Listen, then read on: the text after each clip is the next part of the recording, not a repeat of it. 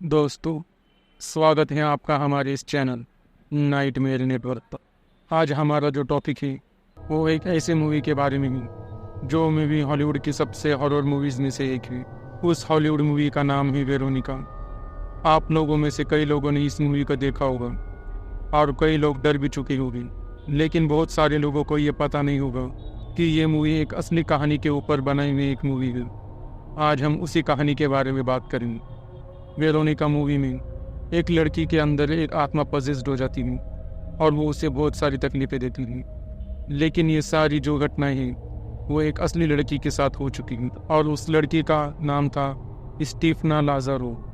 ये बात साल 1991 की है, जब स्टीफना की मौत बहुत ही रहस्यमय तरीके से हो चुकी थी और उसके बाद से एक ऐसा केस शुरू हुआ जिसे पुलिस भी नहीं सुलझा पाई और पुलिस ने इस केस का दोषी आत्माओं को ठहरा दिया।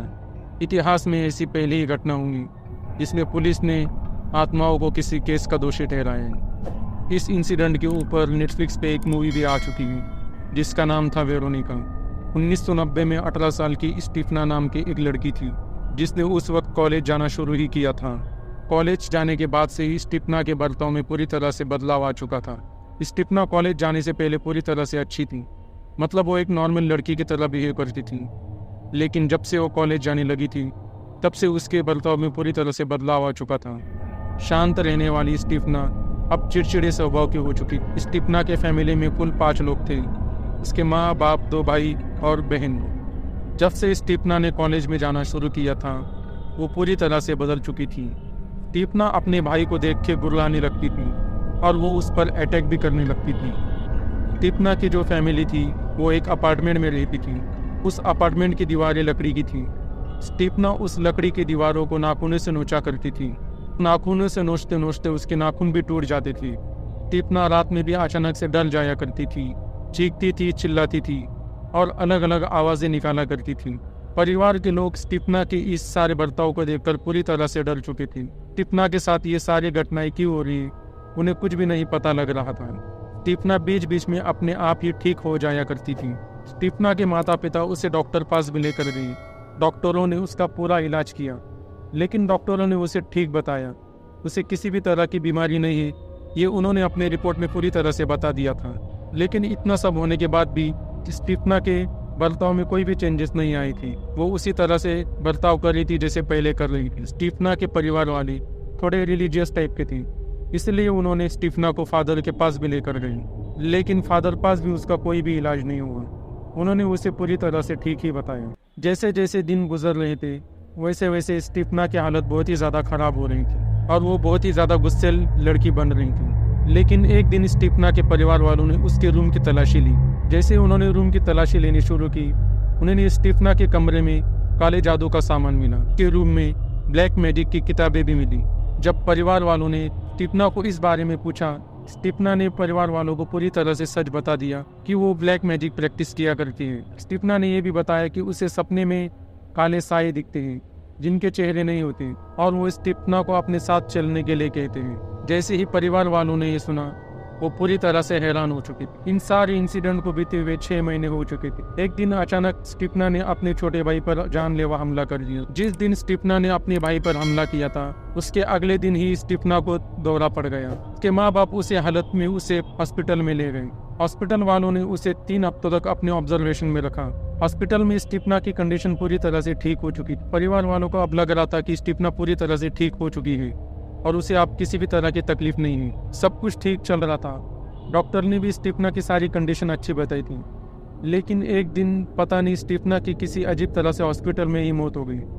डॉक्टरों को कुछ भी नहीं पता चल रहा था कि स्टीफना की मौत किस वजह से हुई है, क्योंकि स्टीफना की कंडीशन पूरी तरह से ठीक थी, इसलिए उसकी मौत की वजह उन्हें भी पता नहीं लग रही। स्टीफना की मौत के बाद ये सिलसिला वहीं पर नहीं रुका। जैसे स्टीफना की मौत हुई घर में और भी अजीबोगरीब हरकतें होने लग गईं। स्टीफना के मरने के बाद घर में अजीब तरह की आवाज़ें आया करती थी। अचानक से ठंडी हवाएं चला करती थी। स्टीफना के माता पिता ने यह भी बताया कि उन्हें घर में काले साए दिखते हैं। दरवाजे अपने आप ही खुल जाया करते थे और बंद हो जाया करते थे। स्टीफना के माँ बाप को ऐसा लगता था कि ये सब स्टीफना ही कर रही है, मतलब स्टीफना उसी घर में है और वो सब ये सारी हरकतें कर रही हैं। वो लोग ऐसा समझ जाया करते थे कि स्टीफना उनसे कहीं भी दूर नहीं गई, स्टीफना उनके पास ही है, स्टीफना उन्हें कुछ बताना चाहती है। इसीलिए वो लोग कभी भी उस घर को छोड़कर नहीं गए, क्योंकि उन्हें ऐसा लगता था कि स्टीफना उनके आसपास ही है। लेकिन 1 नवंबर 1993 में, यानी कि स्टीफना की मौत के 2 साल बाद, लिविंग रूम में स्टीफना के फोटो पर अचानक से आग लग गई। उस आग में स्टीफना का सिर्फ चेहरा ही जला और बाकी स्टीफना की पूरी तस्वीर पूरी तरह से अच्छी थी। न उसकी तस्वीर जली थी और न ही फ्रेम जली थी, सिर्फ उसका चेहरा ही जला था। और ये सब होते हुए परिवार वालों ने भी देखा। उसी रात में अचानक से स्टीफना की मां के ऊपर हमला हो गया और ये हमला पूरी तरह से जानलेवा था।